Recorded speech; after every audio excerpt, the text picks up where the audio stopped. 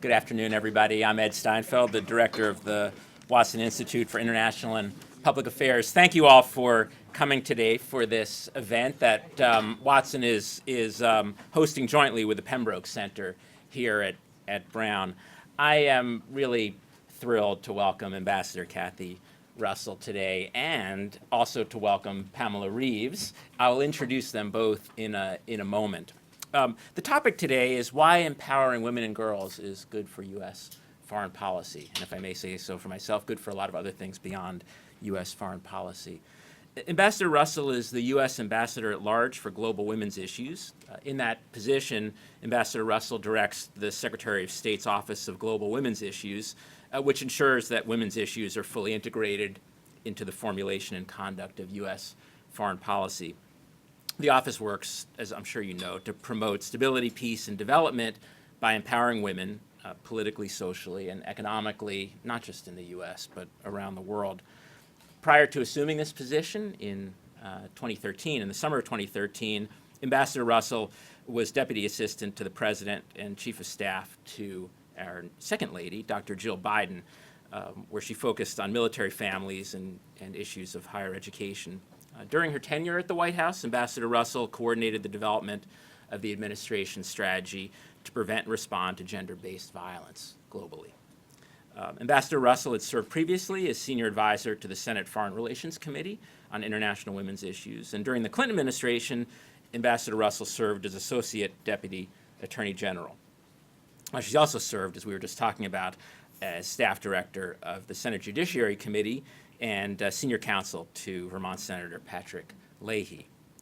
What we're going to do today is Ambassador Russell has generously come today. She's fresh off the airplane, and I'm really grateful to you for doing this just-in-time production. I know you're extremely busy. What we'll do is ask Ambassador Russell to speak for a few minutes to you all, and then we're going to ask Pamela Reeves to do a sort of an interview, a conversation. So let me just briefly introduce you, Pamela, to the audience. As you all know, I hope, Pamela Reeves is a senior fellow here at the Watson Institute this year. She's teaching in our international relations program. But she is also an advisor to the Office of Melinda Gates on global women's issues. And as I know you're all familiar, previously Pamela Reeves served in the U.S. State Department as director of Secretary Hillary Clinton's International Fund for Women and Girls. Pamela served previously as senior advisor to the Nike Foundation, where she designed the Girl Declaration program and built international support for global development, for the global development agenda for adolescent girls, and the United Nations Foundation on Data 2X, an international effort to collate and analyze multi-sectoral, gender-focused data. The issue of data analytics and governance, particularly surrounding issues of gender, is tremendous. It's an area in which I would love to see Watson play a greater role. Let me just say lastly, just my own view. I'm, as you know, by no means an expert or even a student of gender issues, but I feel very strongly that at Watson, if we're to have any meaningful role moving on into the future, we can't treat issues of gender as a sideline kind of a issue or a special interest kind of an issue. If we take seriously our view, and I know we take seriously our idea that we work on issues of development, governance, and security, gender issues are issues of development, they are issues of security, and they are issues of governance. On that note, let me turn it over to you, Ambassador Russell. Thank you again so much for coming today. Thank you. Well, I'm really happy to be here. Thank you so much. Dr. Steinfeld, I really appreciate those comments, and you basically summed up what I'm going to say, so maybe I should just sit down and take my seat. But really, thank you so much for that. And Pamela, it's so nice to be here with you. Is this on? Yes. Pamela is really, I don't know how many of you know, you heard her background, but she is really one of the leading experts in the country on public-private partnerships and how the public sector can work with us and the private sector can work with us, and we really appreciate that. She was one of our delegates to the Commission on the Status of Women at the UN, and so in any case, it's really nice to be here with her. So today, first of all, thank you so much for having me. I really appreciate it. I'm going to start with two really quick stories. The first is from Afghanistan. There was a group of women who were living in southern Afghanistan, and they started to notice some strange activity in their community. Women from Uzbekistan were knocking on their doors, asking mothers about their sons. The strangers said that their husbands wanted to bring business investments to the community. The women found that hard to believe, that foreign investors were interested in their remote corner of Afghanistan. And when they took a closer look, they realized that the community's boys were being targeted by militants. So 12 of the women got themselves together. They traveled to Kabul, the capital of Afghanistan, and they tracked down a government minister. And they explained what was happening, explained their concerns. The minister sat there, didn't take a single note during the meeting, laughed at them, and basically threw them out of his office. Within a month, militants attacked a bus in the women's community and dozens of people were killed.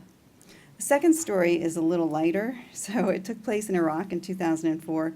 It's a woman named Joanne Cummings, who's a Foreign Service officer at the State Department. She was the first refugee coordinator for the department in Iraq. And as part of her job, she would meet with local citizens and talk to them about what their needs were.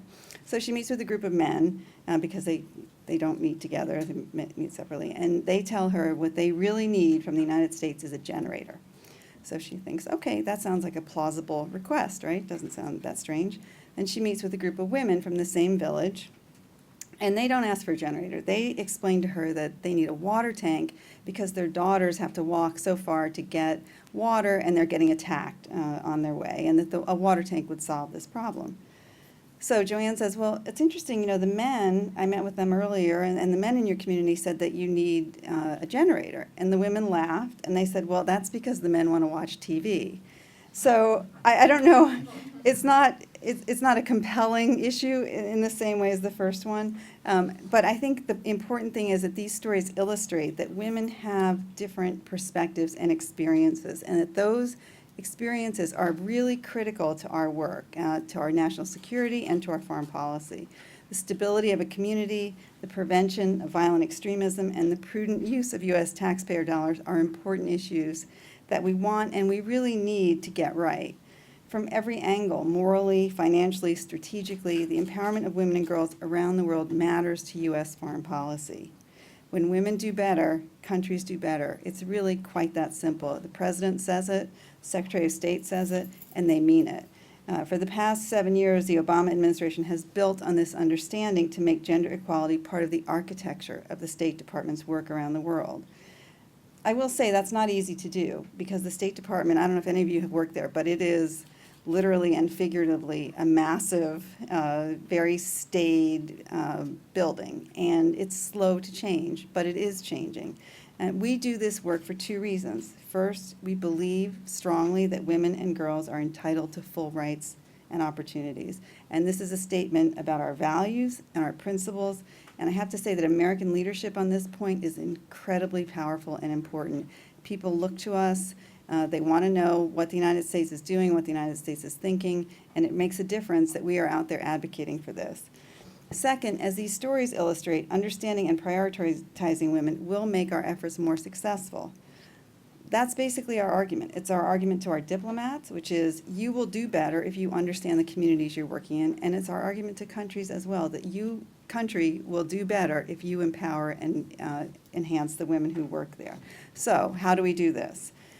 At the State Department, we focus on 3 key areas, and that's, it's not easy to choose, but there are so many things we could do. Obviously, if you try to do everything, you end up doing nothing.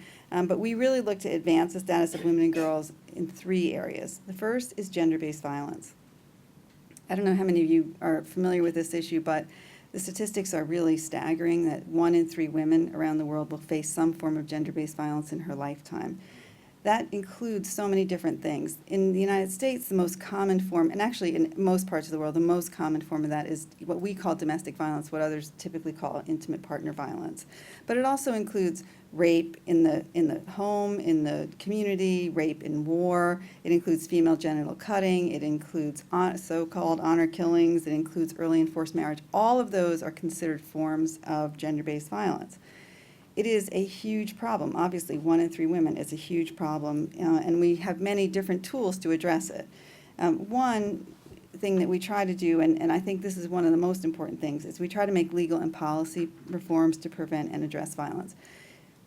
It is a critical step, but it's only really a first step. There are countries that have bad laws, and the World Bank does a study every year women in business and the law or something, and they look at the legal structures in all countries around the world, and they've come up with about 90% of countries have some law or regulation that discriminates in some way against women.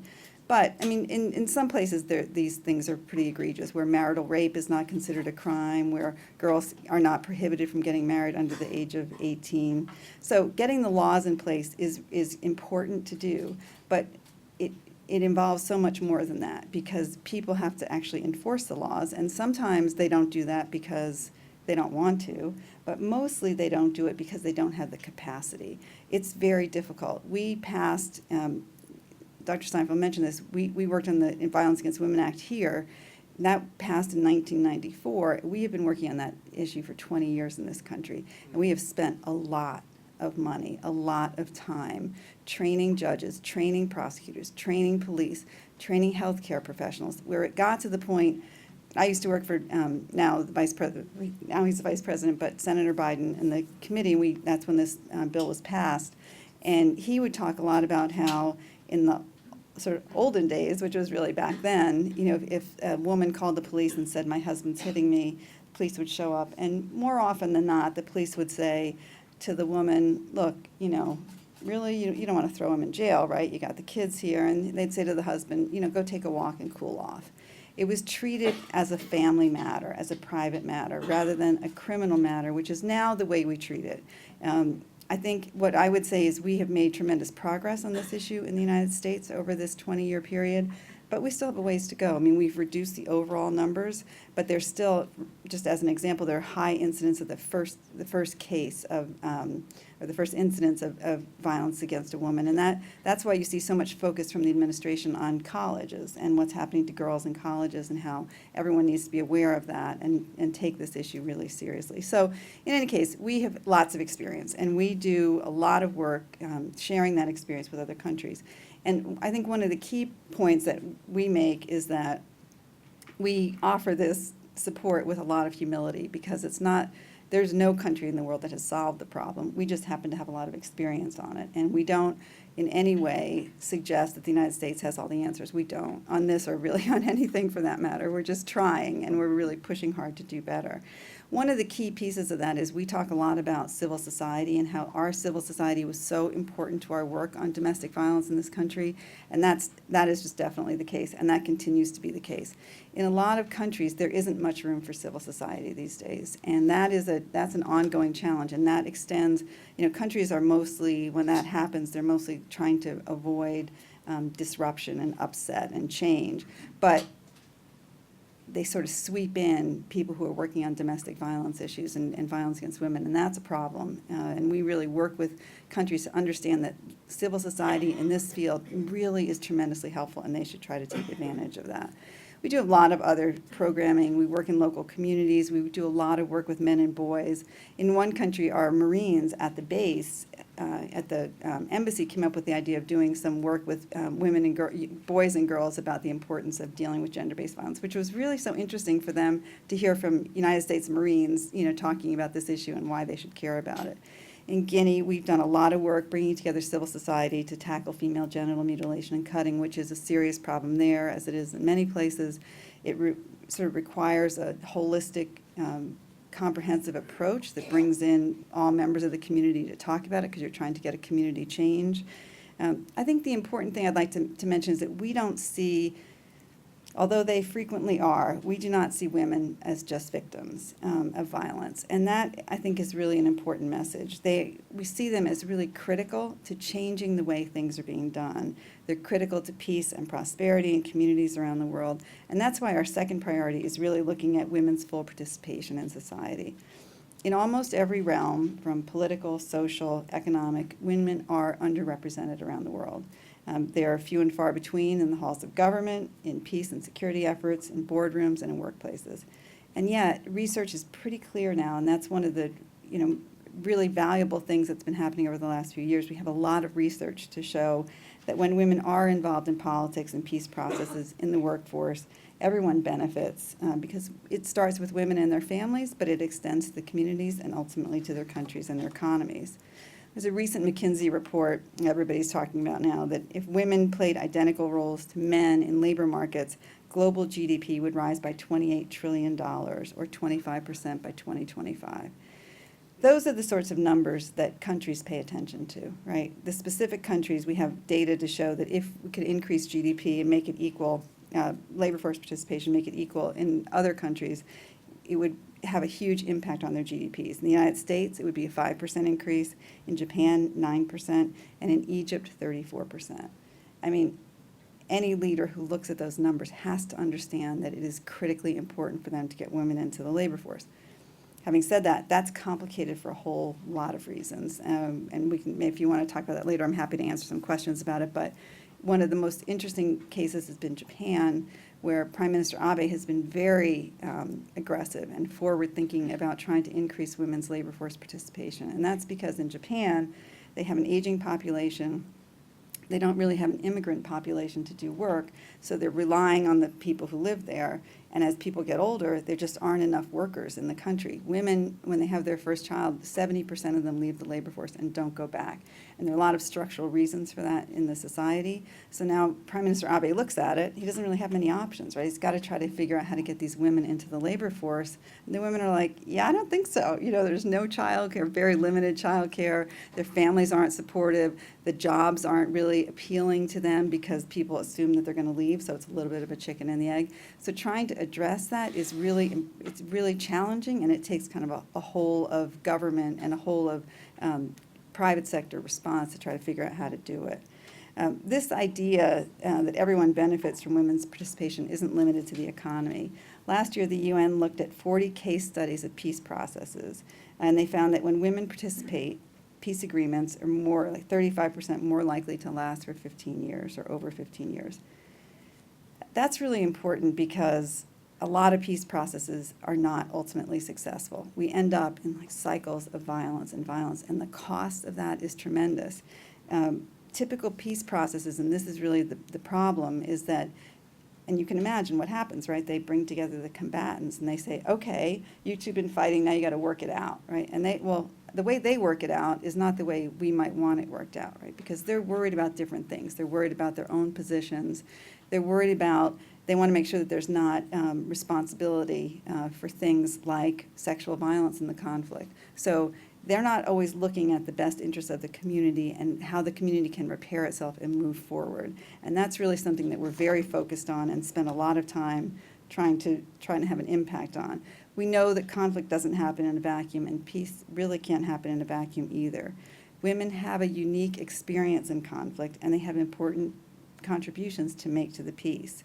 So we've supported women's participation in many processes in the Philippines, South Sudan, Syria. We know that the peace process and the outcome will be better if women are at the table. It is challenging, though. I cannot really stress that strongly enough that power is truly a zero-sum game, and people see that if they give up power to women for whatever reason, but you see it most starkly in politics, they think that it's really detrimental to themselves, and they don't do it willingly. So it's really on the international community to push hard and encourage that to happen. So our third and final focus looks at the next generation, and as I've described, we view women as critical.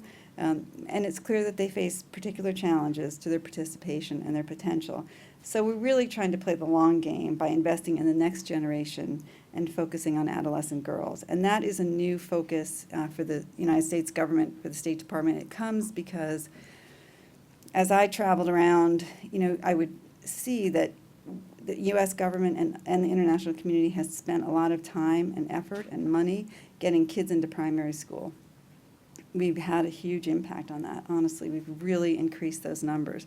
But you see, particularly in South Asia and Sub-Saharan Africa, that adolescent girls are really falling off the map. And there's a whole set of reasons for that. A lot of times, and ultimately, it comes to the fact that they're not really valued so much by their families and their communities. Sometimes from the moment they're born, they're seen as a burden on their families. The family knows they have to pay to get them married. They just want to sort of move it along already. And then the sons, stay in the family. They inherit the property. I mean, we sort of all know this. So it's a problem. Adolescence is a point where the world seems to open up for boys, right? They have a lot more opportunities. Girls, it just closes down, right? A lot of them get married early. They get pulled out of school. Their opportunities are really shortchanged. They are at higher risk of gender-based violence. They're at higher risk of HIV. And so we are really fixated on how to address this in a more comprehensive way. The Secretary Kerry, released an adolescent girl strategy that we worked on. We worked on that for about a year and a half, and it really sort of lays out the problem and suggests that while there's not an easy answer, the most important thing we can do is to try to keep these girls in a quality education for as long as possible, and then try to move them into the workforce at a higher level than they would otherwise. That way, their families see that the education may be worth the investment for them, but it's really difficult and very challenging. But we're committed to it. The First Lady is very engaged in this. She's leading an effort called Let Girls Learn, which is focused very much on trying to keep adolescent girls in school around the world, and has done really tremendous work bringing attention to this issue.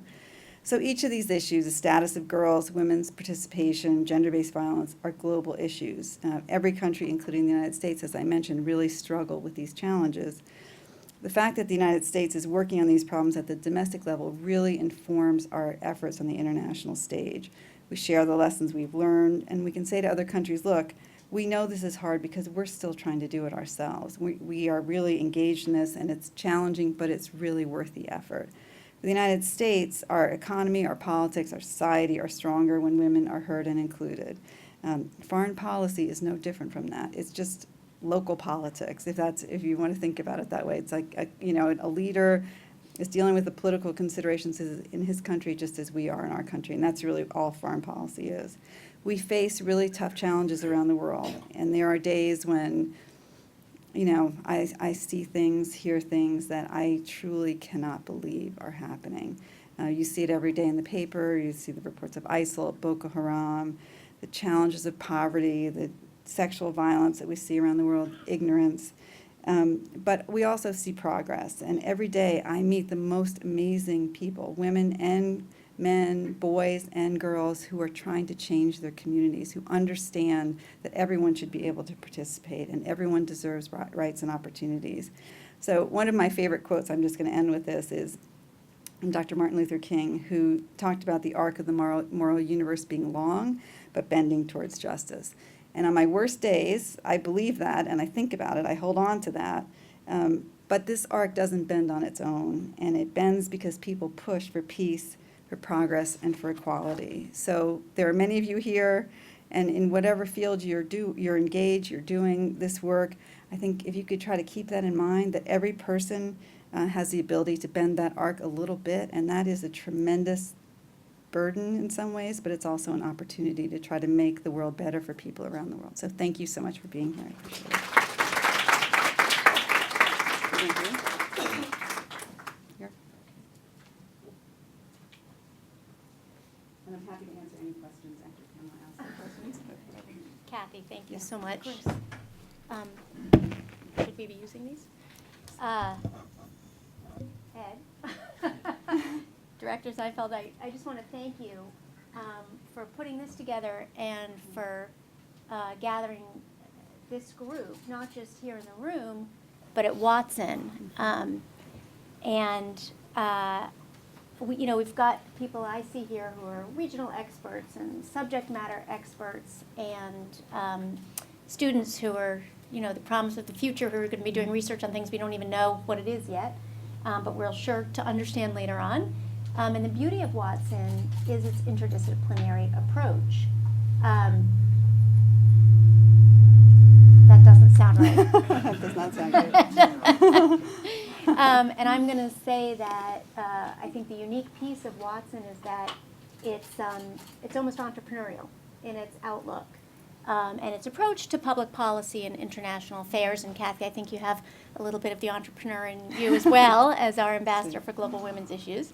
And as such, Watson is a unique resource, and I think you might agree with me, Kathy, that the kind of in-depth research that goes on here is really important to the kind of work that the government does, the private sector does, civil society, foundations.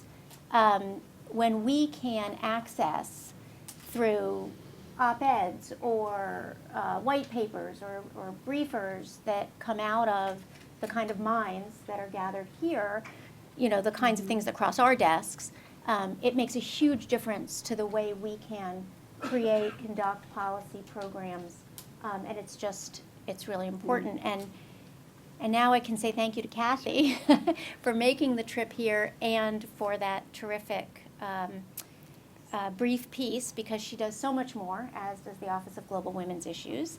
Cathy is a friend and somebody who I really deeply admire because, in fact, she does something incredibly complicated and, frankly, pretty difficult. It turns out not everybody understands how and why women and girls should be woven into the fabric of American foreign policy. One would think it would be obvious. And one of the things I want to talk about today, Cathy, in our brief conversation, sort of an overarching theme, is how do you make the establishment, the foreign policy establishment, the national security establishment, multilateral organizations, governments around the world, how do you make them care and get it to stick? Right? I mean, that's really the challenge. It is a challenge. I think there are different groups that I would look at here. If you look at the administration, we are just very fortunate to have really strong leadership, and leadership makes such a difference everywhere, in every organization, certainly in every country. Here, the president is very clear about this. He established my office as sort of an elevated office beyond what it was in the past. And he made it clear that this is what he wanted. Secretary Clinton, obviously, a huge leader on this. Secretary Kerry as well, they care about it. Vice President has done years of work on this. So we have a lot of support in the administration. And it's easy for me to say, well, I mean, you know, this is what the president said, and I'm sorry, but he's the one who got the electoral vote, so you have to do it, right? It's not really an option. But ultimately, I find the more effective way to work with colleagues and to work with governments around the country and around the world is to make it clear to them why it's in their interest to do this. I think most human beings operate not entirely, but largely in their self-interest, however they see their self-interest. And I think, you know, we have to say to them, this is why you need to do this. It is the right thing to do, and we never lose track of that argument, because I think that moral imperative is critical, and I think people look to us for that, and they want us to be very clear that that is where we come from and why we care about this. But it's also clear to me, based on the research, and that research is developing, and you all could be helpful on that certainly, that countries will just do better. I mean, they will do better if there are more women in their economy. Well, how do you get more women in the economy? You know, one of the things that we are very seized by is that we have to address these issues in a comprehensive way. The U.S. government in the past would do programs, and we still do some of this, but you know, you do a women's economic program someplace, right, and then you would do a gender-based violence program here. Our focus now is to try to address the issues comprehensively and recognize that, you know, from the time they're born to the time they die, there are a whole range of challenges that face women and girls. They include education, they include health, they include political opportunities, they include gender-based violence.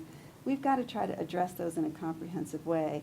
And that's why, I'm sorry, I'm filibustering a little bit, but last year the president announced, he was in Kenya, and he made this announcement that we were going to do focus work in 2 countries, which is something that we're just so happy about, because it's what we've been trying to do. So we're now working in Malawi and Tanzania, and we've done in Malawi, and now we're doing it in Tanzania, a full assessment of what's going on with women and girls in the country. We chose the countries very carefully based on a whole range of things, and I think we're going to add 2 more focus countries this year. But the idea is to go in and bring all U.S. government resources to bear that we can. So there are existing resources there, PEPFAR, which is our AIDS program, which is really powerful and important and just tremendously valuable to us. MCC, which is the Millennium Challenge Corporation, USAID, and then we're looking at our bilateral partners who are working there as well. And we're looking at the multilateral platforms like UN Women, which is really important, UNFPA, all these different organizations, UNICEF, that are out there working. We're trying to make sure that we're all working in a coordinated way. Ultimately, we would love to have the private sector involved with us as well. But that, I think, is, if you could do, sort of this thing, when you're a prosecutor, they say, if you're queen for a day, this is what they say to people who they're going to charge with, what would you ask for? What do you want? And that's, I think about that. What would I do if I could do anything? This is what I would do. I would try to do a comprehensive approach and see if what I think is going to happen will happen, which is that's how we move the needle. And so we're really excited about it. And I think, success breeds success. So the more our diplomats, more countries see that they will do well if they do things like this, if they take care of women and girls and give them the opportunity to participate, I think we'll be more successful. Well, you've said a number of interesting things, and I just, in Cathy's humble approach, what she didn't say was that President Obama made the Office of Global Women's Issues a fixture through an executive order, right? Not everybody gets an executive order, so this was really a signal, and he elevated the leadership of the Office of Global Women's Issues to ambassadorial rank. But that was his, that reflect, it does reflect his commitment to this, and you'll hear him when he just talks off the top of his head. He was in Kenya last year, and he talked about female genital mutilation and cutting. That doesn't usually happen. Like, leaders don't, but he understands these issues, and he gets how important they are. So, yeah, I think he's really made a huge difference. So that being said, can an Office of Global Women's Issues outlast the Obama administration? Can it maybe transcend the Obama administration? And how do you or your office make your case in a bipartisan or maybe nonpartisan or multipartisan way to make it, long-term viable? Well, there are a couple things. One, we have 8 years of experience now, right? And we can point to a lot of data and a lot of examples that show that this is the right approach.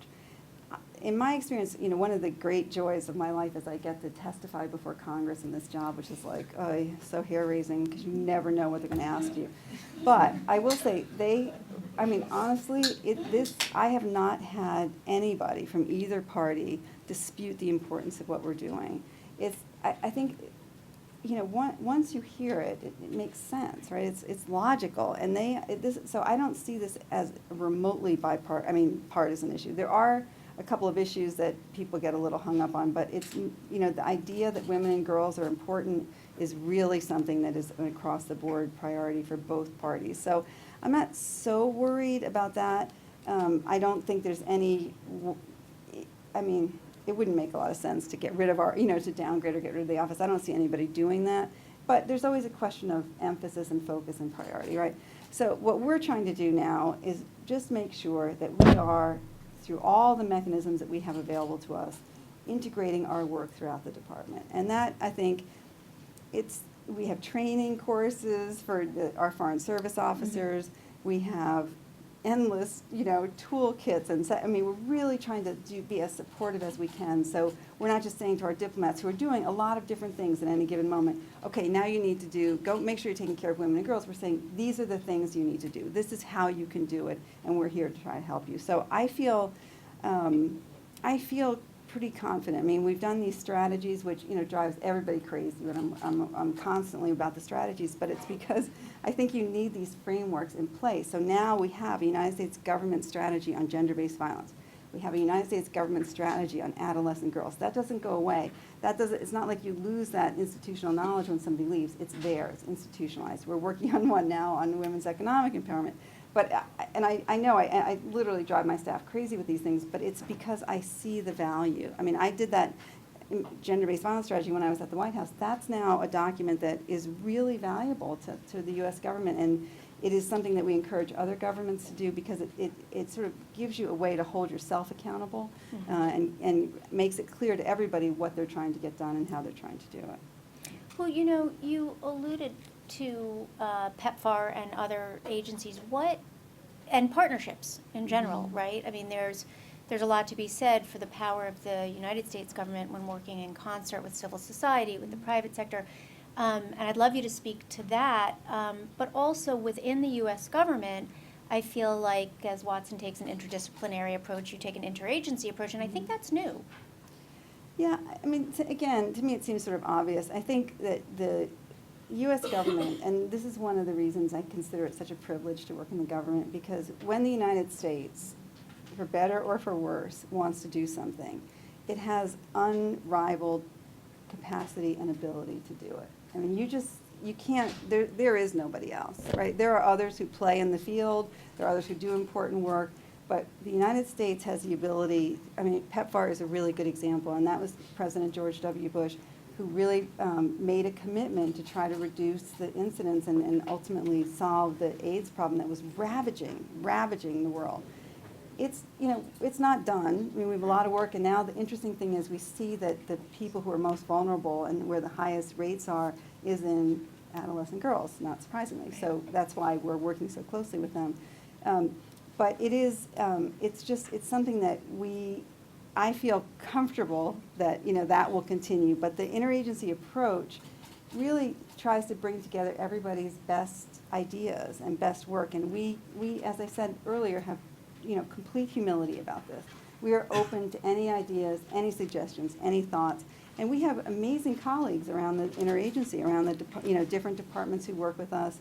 It's not always fun, right? Because you're trying to herd cats and get people to sign off on things and agree to things that maybe they don't want to, and everybody is an editor and everybody has their thoughts. But at the end of the day, they're invested in the product. Right? It becomes, they have ownership over it. They care about it. They're trying to get it done. So from my perspective, that's tremendously valuable. And, the private sector, I think there are different concerns, right, in the private sector. There are people who are doing it for sort of philanthropic reasons, charitable reasons, basically. And then there are people who see that it's helpful to their businesses, right? If they're working in certain countries and they need a workforce that's trained, maybe they'll work with us in trying to do that better. So people have different reasons for what they're doing, but it seems to me the problems are immense. They're so challenging, and the more people who are engaged in helping and trying to think about how to solve them, the better. Couldn't agree more. Good. I want to ask another question. How much time do we have? We have about 25 minutes. Okay, so in a few minutes I want to go to questions from our group here, but I want to talk about your counterparts in other governments, something you mentioned. So there are ministries of women and other ministries and other councils and groups, and I'm curious if you could talk for a little bit about how you interact with them. But I'm also interested in your perspective on how our alignments as a government, whether they mirror the kinds of the countries and the efforts that you see where you find common ground on women's issues, or whether perhaps women's issues is ahead of the game in some countries, or it's a sticking point. But please. Well, I would say this, on the women's ministers point, a lot of times when I travel, people think I'm the women's minister, right? So I meet with the women's ministry and they'll ask me all sorts of domestic questions. I'm like, I don't know. So I'm try to beef up on that and learn all that stuff. We don't have a women's minister in the United States. The concept is that women's issues are completely integrated into the different departments. The reality is, in most respects, we're pretty far ahead of everyone. It's not universally true. We don't have parental leave requirements here, which most countries do. We could be doing better on childcare. There's no question about that. And there were a couple of people who came here from the UN a few months ago and went around and were shocked, actually, because people think the U.S. has it completely sorted out. But the reality is it's challenging here, particularly for women who don't have a lot of resources. And if they don't have, paid leave, and if they don't have some ability to take care of their children in addition to working, a lot of times as single parents, it's really challenging for them. So we have our work to do here, but I think by and large, the United States, particularly on the international front, is seen as a leader. And there are other countries. The Nordic countries are, traditionally seen as good domestically. They have a lot of very progressive policies in place. They're also good on the international stage, and we work closely with a lot of them. Norwegians, Swedes. The Swedes have a foreign minister, Wallström, who has declared that she's going to have a feminist foreign policy. She's incredibly progressive. Now the Canadians, everybody's really excited about the Canadians because they now have a new prime minister who's very progressive on women's issues and other things. And he made half of his cabinet women, appointed half of them as women, and they said, why did you do that? And he's like, well, because it's 2015, why not, right? So I think, we have a lot of people that we can work with, and I have like kind of a little working group in Washington of like-mindeds, and we try to coordinate our efforts in different countries and make sure that we're aware of what everybody else is doing. The UK is really powerful, really smart. They spend a lot of money on their foreign aid, so they have the ability. We spend a smaller percentage than many countries, and I wish we spent more. And I wish we would see that it's a worthwhile investment that ultimately could save us money in the long run. And it's really just a smart investment, but that's not always the case. Well, and just as a follow-up, I've seen, particularly in something like Equal Futures, I don't know if that's something you want to talk about, but a government like, Australia, who's really taken a lead on this. And I don't know whether we share data, we share, efforts that are outward-looking, national Yeah. action plans, that sort of thing. We do. Australia is progressive on this. There are a few countries that have my role, which is so funny. So we have a little club that we're trying to expand. Australia was the first after the United States, and she was just here yesterday. We had a meeting yesterday, and we're trying to coordinate. In some places, they're largely focused in the Pacific region on their work. They do some work in Afghanistan, and they're interested. It's so curious to me because I'm not a sports person, which is not helpful when you work for Secretary Kerry and the President, who are constantly using sports analogies. I'm like, what the hell are you talking about with sports? But so in any case, there's a lot of focus now on sports diplomacy for women.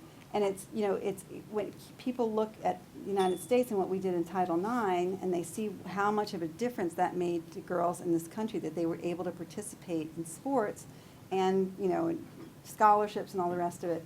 And in many countries, giving girls the ability to play sports really makes a huge difference to them. It gives them kind of a level playing field. It gives them the opportunity to learn how to sort of succeed in these settings. It has the community looking at them differently.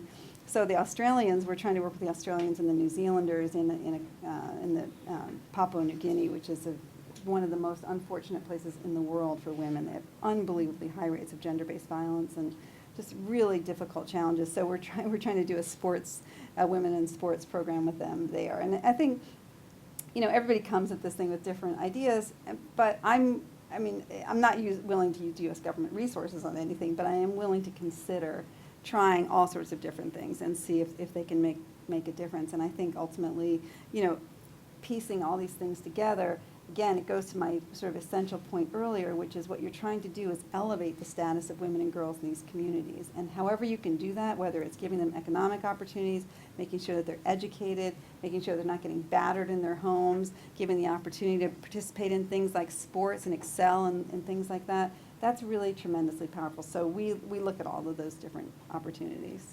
That's great. Well, thank you.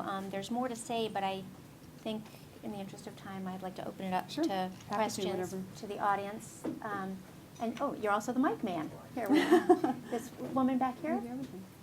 Thank you. Thank you, Kathy. I learned last week from Jennifer Klein at the Brown program that the Department of State, only 8 years ago, under Secretary Clinton, changed all the gender language in its official documents. And I was really surprised that it's taken so long for that to happen. But I'm glad that it did. So keep up the good work. Yeah, look, it's a process, right? And the State Department, if you could ever see, I wish I could have brought you one, we have this whole this clearance process. So anything that goes out from the State Department, you can sometimes have 2 pages of clearances, and that's like 2 columns of people who need to check off on something. There's a reason for that, right? Which is that you don't want American foreign policy to be like jerking all over the place, right? It needs to be consistent, it needs to be thoughtful. Everyone needs to weigh in and make sure that their equities are being represented. I totally get that, and I agree with that. But it makes it challenging to change it quickly, right? It's okay, right? We'll figure it out. We're really pushing hard. We're working. We have so many supporters in the building who understand the importance of it. And so it's a process, but it's a process that I really feel is moving in an excellent direction. Great. Somebody else? Maybe 2 right here. Thank you. Thank you very much for your talk, and of course we're listening because we're totally interested in this. I kept thinking about something that I wanted to bring out. I worked on women's issues in communist countries, including the German Democratic Republic. And when I came back, and I'll tell you why, I felt America had nothing in comparison with respect to women. After you gave birth there, you had a year off with pay, automatically, no question about it. And then if you wanted to go back part-time, you could do it. There were nursery schools for all the kids. There was one political policy after the next. And when I came back to the United States and women's liberation was so strong, I thought it was a total joke. I mean, just that you got a year off automatically with pay after you gave birth. But there were nurseries for all the kids. There were collective groups that helped at the workplace. And we didn't have that. And we still don't. Right. And I look, was every gonna country, say, I this is want what you I to say say, that. every country is on its own path, right? That's just the reality of the situation. The United States has tremendous opportunity, and I thank God every day that I was born here, honestly, when I see things in other parts of the world. But we have work to do. There's no question about it. We have work to do here, and I think it's sort of, I mean, not to make this too personal, but when I grew up, and I'm up, right? I'm pretty old, but I didn't see myself as a feminist. I didn't see myself not as a feminist, but it wasn't. These were not the issues that I was that interested in, honestly. And I thought, everything's fine here. It's fine for me, certainly. I did fine, and much better than my mother, and everything's okay. I don't know. I don't feel like boys have any advantage over me. I feel like and I'm sort of embarrassed by it now, but it just was where I was. And when I traveled overseas and I saw what was happening to women, I couldn't believe it. I mean, I saw things that were so shocking to me. And I saw that women in many places are simply not valued. I don't think that's the case here. We're valued. It's just that we have to, we can't stop the progress. A lot of progress has been made, but there's still a lot to do. And I'm pretty smart, well-educated, right? I didn't really get that. And when I did get it, when I realized that, yeah, maybe it's not an issue for me personally about whether I can take time off or not. I mean, I took 10 years off after I had my kids, right? Because I had a husband who was making, enough money that I could do that. And I worked for the vice president who was like, hey, you know what? Take whatever time you need. I was so fortunate. I didn't have enough awareness to understand how fortunate I was compared to others. And I think that as a country, we've gotten into this thing where like feminists, I mean, I remember my mother was like feminists, like, oh, they don't care about women who stay home. And now I realize that's crazy. Like feminists they want equal rights and opportunities. Everyone should be a feminist. I can't imagine anyone not saying they're a feminist. It would be shocking to me. And I asked my son, I'm like, and he's like, well, yeah, I guess, because he knows what I do. I think he's afraid to say no. He's 16. But, I mean, now it should be so natural. But, I mean, honestly, I think the president talks about it. We don't have equal, there's a whole lot of discussion right now about equal pay. This country is a little bit like, you make it on your own, right? That's our ethic, that, people pull themselves up by their bootstraps, blah, blah, blah. But the reality is, as a society, we should want children to be cared for properly, right? We should want women in the economy. So we got to figure out how to make that happen. And we're not doing as good a job here as we could. Which is not to say we're not trying. No, we're right? trying. Because we I mean, the work on these president's issues trying. I every mean, day. look, the challenge, not to get too political, but a lot of this has to be done by legislation. I think if the president could do some of this by fiat, he would, but he can't. So it is, we live in a political system. We got it. But listen, that's where people like you are so important. Everybody's got to go out and make the arguments, make the case, talk about this, because it is really important. And it's important for people like us who are a little bit more fortunate to think about how challenging some of these issues are, particularly for women who do not have those resources. Thank you. So let's go here and then behind. So to start, thank you both for your service to the states and to humanity on a whole. But beyond that, I'm quite curious. Former Secretary Clinton has put a lot of emphasis on feminism and national security as far as improving, strategic considerations around the world. And I'm really curious, when the military is taking action at the moment, I know that you're working through a bunch of agencies. Are they actually factoring this into strategic risk and strategic considerations, or is this a secondary consideration for them? And whether they're helping you or not, in a country like Afghanistan, are you you know, it's somewhat a weak state, are you able to engage with the subnational communities and make any gains with Yeah. them? You know, it's a really good question. I think the military, Pentagon folks we work with are very aware that what they want to do ultimately is avoid more conflict, right? They don't want to be in conflict. It's not fun for them. And so in the long run, we work closely with them. I mentioned this Women, Peace, and Security rubric. There's something called, it's a UN Security Council Resolution 1325, and then its progeny, and that talks about women in peace efforts. And the Pentagon was absolutely critical to our development of our National Action Plan as a part of 1325. I mean, I was in a gender, we call them IPCs, or I don't even know what the heck that stands for, but anyway, this gender meeting yesterday at the White House, and the Pentagon, we had 3 people from the Pentagon there. I mean, we all work together on these issues, and I think they understand it. You know, where it's challenging is when you're in the middle of a conflict, right? They have people who are trained on gender issues, and we're trying to do more of that. But the bigger issue is, if you look at Iraq, for example, horrible things happening there to women, right, with ISIL. I mean, truly horrible things. And the people, the Yazidi folks will come into us and say, look, you know, we need to save, my uncle said that he got a note that my, you know, cousin is in this house and we have to try to go save her. The military, like, their response to these sorts of things is, we have to win this conflict, right? That's what we do. We're the military, we win the conflict. And they're right about that, right? That's their role here, but they need to do it, and they really try to do this in a gender-sensitive way. So are they the first contact sometimes with people who have been sexually abused? What do they do about that? They need to know about that, right? What do we do about this problem of sexual violence and conflict? They're very much engaged in those discussions. So I think our military is, you know, there have been issues with sort of sexual violence in the military here. But when you look externally, our military is very progressive on this and works a lot with others. There's a lot of training of other militaries, works with them to try to understand the importance of these issues and trying to make sure that they're taking gender and women's issues into account when they do their work. Great. And then we'll go over here. Thank you again for a really fascinating talk, and I'm glad we're doing this and all of that. I have a question again from the security angle, I guess, though, from a different one. I mean, the project of transforming gender issues from a private matter to a public matter as a public project is incredibly invasive in many societies.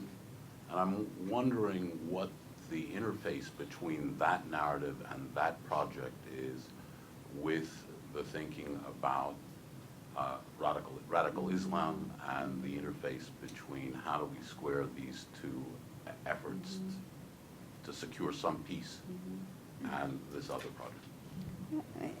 It's a really good question, and it's very difficult. I mean, I think our position is that, and this is a hard and fast position, that women, and what I was talking about when I did this public-private thing was about gender-based violence, and especially violence in the family. There are many societies where they will say, look, you know what, this is a family matter. This is not something, the police don't want to deal with it, even if they have the laws in place. The healthcare professionals are not trained to deal with it. The judges they're not trained. But as the United States, our view is that women are entitled to be free from violence. That is a fundamental right in our view. And we are very clear about saying it's not really, you can't negotiate that away. You know, this notion of like, well, we have different values, or, you know, no, right? It's not okay to beat or rape a woman. That's just not okay. Now, it is not easy, right? Because it's not for the United States to solve all these problems. We can't, that's not our job, right? Our job is to try to help countries and help people in countries, particularly civil society, because they seem to be most progressive in doing this work themselves and moving their societies in that direction. And I think, you know, this sort of, these challenges about extremism are really difficult to deal with. I mean, we are trying to counter that in many ways. My view is that trying to empower women and encourage women to sort of, and it's not to say that there aren't women extremists, because there are, right? I mean, there are, and we know that. But that overall, women can have a lot of ability to change things. They're the people who are raising these kids, right? They're raising these sons. What the hell's happening there? So we think women are critical to our counter-ISIL, counter-extremism efforts. And, you know, we have to try to do both things, right? That's just my answer to that. We have to try. We can't ever say, well, if you're helping us on, and I'm not saying this doesn't happen in the world, but if you're helping on this, we're not going to hassle you on how you treat women in your country. My job is to always hassle on how they treat women in their country. But I try to do it in a constructive way because otherwise they don't listen, right? I try to say, look, rather than getting into a whole discussion sometimes about, this is an example, about gender-based violence, let's talk about women's economic empowerment, and then as part of our economic empowerment efforts, we do gender-based violence training, right? We're doing that right now in Iraq. We're looking at that because we see these women are coming out of these Yazidi women are coming out of the ISIL enslavement, and if we go in and say, hey, you know, we have psychosocial services for you because you were raped, they're like, I wasn't raped. What are you talking to me about? Don't go away. If we say, we have some livelihood training here and some economic opportunities, and maybe you can get some financial literacy while you're doing it, and then we have counselors who are available if anybody who is there happens to want to talk about it, it's much more successful. And that we have to be smarter about what we do, and that's what we're constantly trying to do better. Can we go over here? You had a question? Yeah, that was my question. How can we help young Muslim women and girls Navigate the challenges they're facing, so I know you just touched on that. And it depends where, right? I mean, I think it's I mean, overall, it's just hard. I mean, it's hard. It depends where you are, but I really think the combination of economic opportunity and education is the key. And the more we can do that, and again, I single those out, but I think we also always try to include rights training in what we're doing, because it's really amazing to talk to people who, when you say women have the right not to be beaten or women have the right to express themselves, they're like, what? Right? Women, like that's just a completely foreign concept to them. And so we try to do all of that together, but it's hard, it's challenging. My personal feeling in that region is the easiest way to get in is on the economic side. And so we try to do a lot of that. We've opened some women's economic centers in some places, and they're places where women can come in if they want to start a business or grow a business, and they have the expertise to do that. And then we do other programs associated with it. We do a program for men and boys so that they understand why it's important for women to participate in the economy. We are trying to do some gender-based violence training. So we're trying to do it in that way, but I think that the entry point is the economic. It's not always the case, but it seems to be an effective way to go in. And let me say that Ambassador Russell is here talking about what her office does and what we do generally in our American foreign policy, but there is an entire host of international conventions and other forms of support for women and other communities, other populations, that it wasn't our idea, right? The Commission on the Elimination of All Forms of Discrimination Against Women. We have violence against women. We have the 1325, which is Women, Peace, and Security. We have a whole host of, historically, since the early days, of these documents and conventions and treaties that recognize the rights of women and protect them. So we're just one piece, I think, of the Those are puzzle. valuable to women. Pamela's referring to something called CEDAW, which is called the Women's Treaty, essentially, and it really says that women shouldn't be subject to discrimination. It's much longer than that. The United States, along with 7 or 8 horrible countries, has not ratified the CEDAW Treaty. And I can't even explain why. I mean, But it's not because we don't like women. no, and we've been trying. I mean, the president's been trying. It's just, the Senate has to do it. It's like Right. and it's been going on for 20 years, so we can't get this damn thing done. So I go to other countries and they're like, what the hell? Like, you say you're for women's rights, but you're not even a signatory on CEDAW. And what I said to Congress is, look, we have to understand for other countries, having these normative frameworks is really valuable, because then civil society in those countries can go to their leaders and say, you signed this. you are a party to this, sort of to Pamela's point, and it gives them the tools to sort of petition and sort of bug their government to do what they're supposed to do. It's an embarrassment that we haven't ratified it, but, I mean. We have time for one last. Okay, Oh, maybe sorry. Sue, would you? Ambassador, thank you so much for being here. Such an incredible initiatives that have been taken under this administration. I want to go back in terms of the Women, Peace, and Security and the UN Security Council 1325. Some of us will be working with the Naval War College next month Excellent. when they do Good. their conference.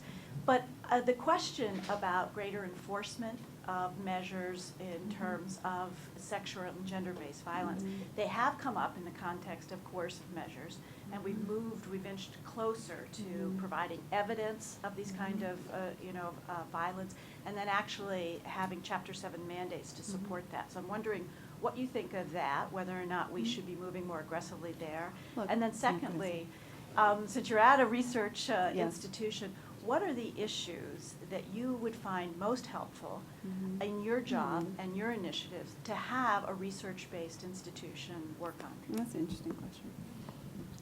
On the first question, women, peace, and security, I feel like there's been a lot of progress, okay? But there are real challenges that remain. And I think the progress has been that we have these frameworks, right, that the international community has spoken and says that women should participate in, that things like sexual violence are wrong. There are all sorts of efforts on accountability which are so incredibly important. And I think the United States and the UK are very aggressive on that and trying very hard to do it. And I'll say right now, trying to do that in Iraq and Syria, it's no small thing, right? But that is really important. And it's not just that maybe we take one or two people to The Hague to get them prosecuted. It's that the international community is saying this is wrong, and we are going to try to figure out what happened here and how we can try to move forward. And so I think it's incredibly important. The frustration from my perspective is that, we know we have problems with peacekeepers, right? This has been a problem where the peacekeepers themselves are involved in some forms of sexual violence, and there's so much attention to it and so much effort, and then you turn around and we have these stories about the peacekeepers in car doing things that truly, I literally had to put down what I was reading and walk away from it because I could not believe what I was reading. So I feel like we're making progress on frameworks and we're making progress on the commitment, but the actual implementing it is really hard. Peace, as I mentioned in my remarks, the peace negotiation is another thing. We know they will be better if women participate. But we get the answers like, well, if we add a woman here, then we got to do this there, and then this combatant wants to, it's like endless with the reasons why not, right? Rather than just saying, yes, we will do it. We've been looking at the UN. You saw this, I think, when you were up there. We're looking at UN tribunals now and taking a look at, what's going on with them, right? They appoint people to these things. How can they not be 50% women? But they're not, right? And so we're like, you guys talk about this, you tell everybody else to do it, you got to do it. And when I say you, I mean we, because we're part of the UN. It's not like, but we all have to just stay on it and keep on this. And then the research question. There are endless questions out there. And we have an office of 30 people. And that we're trying to do all of these things. And so I'm just off the top of my head, and let me just mention this. There's been one really interesting place where researchers have helped us lately, which is, as a researcher at two other schools, I don't know if I should mention, one at Harvard, one at Yale, but they're doing work on sexual violence and conflict. And they asked the important question from my perspective, which is, why does it happen in some conflicts and not others? Right? Because if we're trying to stop it, we need to understand why it doesn't always happen. Because this notion it's sort of the grown-up, boys will be boys. Well, this is just what happens in conflict. Well, no, it doesn't. Why? Right? And if we understand that, we're much better positioned to try to stop it from happening in the first place. So that has been tremendously valuable. And there's no way we could do that research. We don't have the capability to do it. Off the top of my head, we're really interested in women in agriculture. What's going on, what we understand is that many millions of women in the world are working in agriculture. They tend to be less productive than men. They seem to have, worse access to, or less access to things like any sort of technology or better equipment or better seeds or whatever it is. But we don't totally have that down. It would be helpful to have an understanding of that. Sanitation is another example where, you know, there are lots of anecdotal stories about how when girls get their period, that's one of the reasons that they don't go to school. But we have one study that looked at that in Nepal that said, no, it's not really the case. So we don't really have enough data on that. We need to understand that better. My sense is it's a challenge, but these are girls who are used to dealing with, lots of challenges, but it's another thing, right? So their parents don't really want them to go. Their parents want them to get to work. Then they have their period. It's embarrassing to go to school where there's no bathroom. So, it's like another thing. But I don't know that, right? It'd be super helpful to have that information. So I could come up with a list, I'm sure, but there's off the top of my head, there are many things. And to have people like you who are smart, who have the ability to, look at these things in a much more sort of exhaustive way than we do. I mean, I hate to say it, but the government, everything moves so fast. It's really hard to have the time that you want to sit down and just read through all these things. And so any help you could give us, any issue that you are interested in, if it's women in technology, if it's women in sport, whatever it is, we could find some way to have you be helpful to us, trust me. Great. Well, Thank you. Okay, Ambassador sorry. Russell, thank you. Thank you, Cathy Russell. Thank Happy you, to. Emily Reed. Thank you all for attending. And thank you, Catherine Dunkelman, who I think has stepped out and played a key role in. Oh, excellent, thank you. Happy to be here.